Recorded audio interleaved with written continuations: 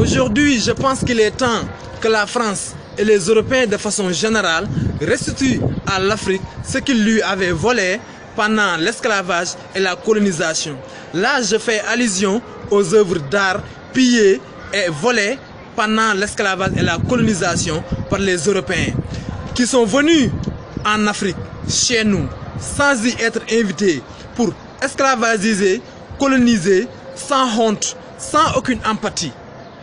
Aujourd'hui, à notre grande surprise, comme par hasard, les Européens qui niaient notre humanité, qui niaient notre civilisation, qui nous traitaient comme des sous-hommes, ont gardé chez eux, dans leur musée, des œuvres de nos ancêtres. Des œuvres qui sont les fruits et les produits du génie de nos ancêtres. Donc, les colonialistes sont aujourd'hui tombés dans leur propre piège, dans leur propre mensonge historique. Comme le dit un adage, quand le mensonge prend l'ascenseur, la vérité prend l'escalier, mais finit toujours par arriver. C'est ce que nous sommes en train de vivre aujourd'hui. Les colonialistes sont tombés dans leur propre piège, dans leur propre mensonge.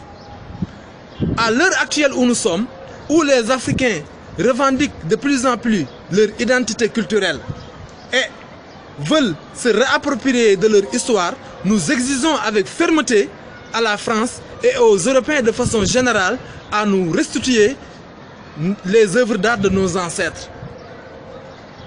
Parce que ces œuvres d'art font partie intégrante de notre histoire et de notre identité. C'est ce qui nous permet de nous connecter avec nos ancêtres et de savoir l'histoire de nos ancêtres. Et je tiens également à préciser que ces œuvres ne sont pas des œuvres esthétiques ou de beauté ou qui visent à satisfaire les yeux tout simplement. Non, loin de là. Ce sont des œuvres qui font partie de notre spiritualité. Ces œuvres émettent de l'énergie. Et ces énergies-là sont importantes dans le système spirituel de nos ancêtres. Donc, ce ne sont pas des œuvres d'art tout simplement, mais ce sont également des œuvres spirituelles. Ça, c'est important à souligner. Donc, nous exigeons aux Européens, à la France en particulier, à nous restituer nos œuvres d'art.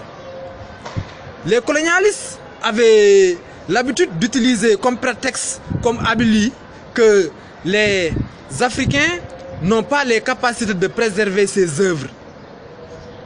Or, il se trouve qu'aujourd'hui, nous avons en Afrique des musées modernes capables de gérer et de garder ces œuvres. Donc, ce ne sont pas des raisons valables. Même si c'était valable, je pense que ce n'est pas le problème. Ce n'est pas le problème des Européens. Parce que ce sont des œuvres qui nous appartiennent à nous. Ça nous concerne, nous en tant qu'Africains. Donc les Européens n'ont rien à foutre là-dedans. Ce n'est pas leur problème.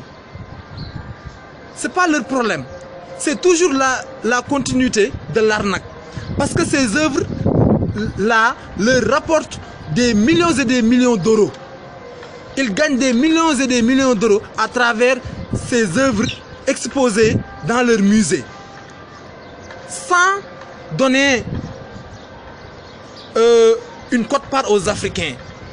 Donc, c'est toujours la continuité de l'arnaque européenne. Aujourd'hui, nous exigeons aux Européens à nous restituer les œuvres de nos ancêtres. Parce que ça nous appartient. Ça fait partie de notre histoire et de notre spiritualité. Rendez-nous nos œuvres d'art, c'est important.